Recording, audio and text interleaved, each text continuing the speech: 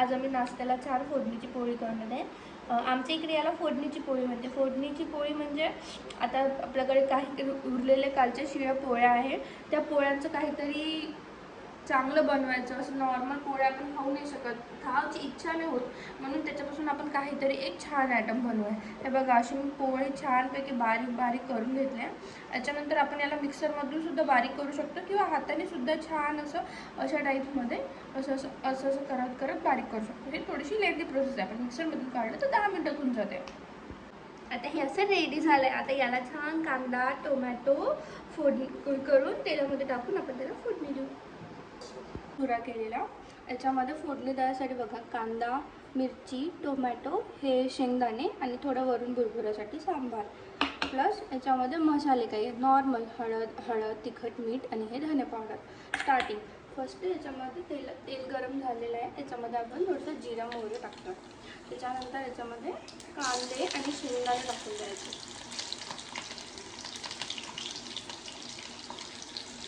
कांदे आणि शेंगदाणे पहिले याच्यासाठी, कारण की शेंगदाणे छान कडक आले पाहिजे.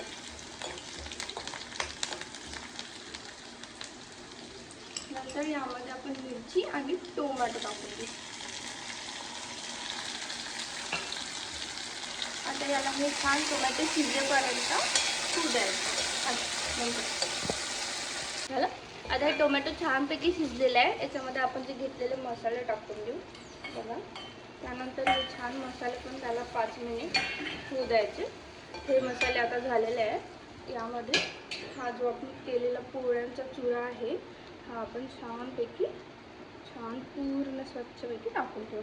त्यानंतर छान बघा, याला हा मसाला पूर्ण पोळ्यांना लागेपर्यंत आपल्याला असं कालून झालेला आहे. पूर्ण मिक्स झालेला आहे पूर्ण मसाला बघा. आता याला थोडीशी टेस्टसाठी म्हणून थोडीशी साखर भुरभुरायची. त्यानंतर याला वाफ यायसाठी म्हणून याला 15-20 मिनिटं थोडं झाकून ठेवायचं. झाकून घेतलं. त्याच्यामध्ये बघा छानपैकी असं थोडासा कोथिंबीर भुरभुरून घ्यायचा. आणि हे झालं आहे आपलं रेडी टू ईट. हे झाली आहे आपली रेडी टू ईट फोडणीची पोळी.